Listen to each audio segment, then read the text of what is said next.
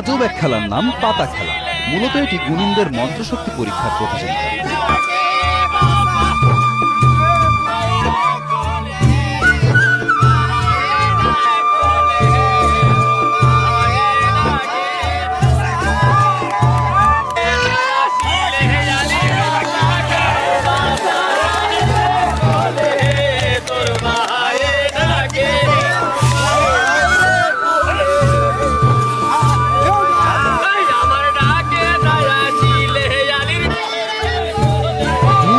বিনোদন হলেও মন্ত্রতন্ত্রে সিদ্ধ ফকির বা কবিরাজরা এই খেলায় দাঁতে দাঁত চেপে লড়াই করে।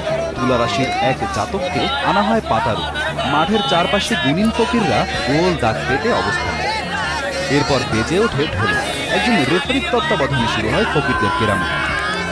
ভর আসা পাতা মন্ত্রের টানে একবার এদিক একবার ওদিক দিশেহারা হয়ে ছুটতে থাকেন।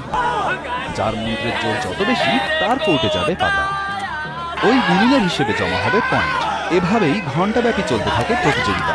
রুদ্ধশ্বাস উৎকণ্ঠা নিয়ে গলা ফাটান দর্শক।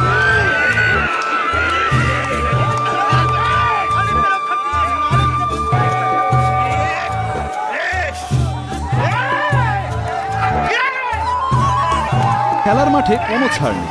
মন্ত্র পড়ে ধুলো ছোড়েন গুণী। মাটিতে শুয়ে দাঁড়িয়ে উত্তেজিত ভঙ্গিতে বিড়বিড় করে প্রয়োগ করেন তাদের সাধনালব্ধ শক্তি। এই খেলায় পাতা হতে পারে এমন প্রাণশক্তি সম্পন্ন মানুষ এলাকায় অনেক কম, কারণ তাকে মন্ত্রে বশীভূত হয়ে প্রাণান্তকর ছোটাছুটি করতে হয়। দরকার হয় বিশেষ শারীরিক সক্ষমতা।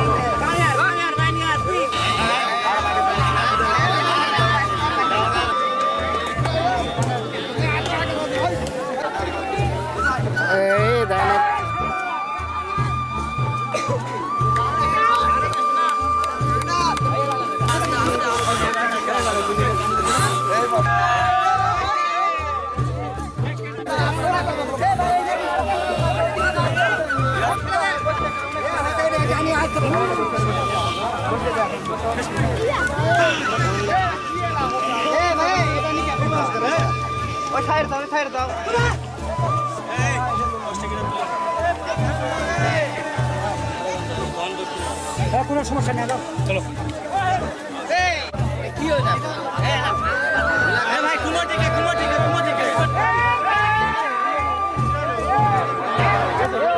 পাতা খেলার আয়োজন দেখতে ভিড় করেন হাজার হাজার মানুষ। এক সময়ের অতি পরিচিত ও জনপ্রিয় খেলা হলেও বর্তমান সময়ের অনেকের কাছেই এটি অপরিচিত। কেউ বা আবার 40 বছর পর নিজের শৈশবকে ফিরে পাওয়ার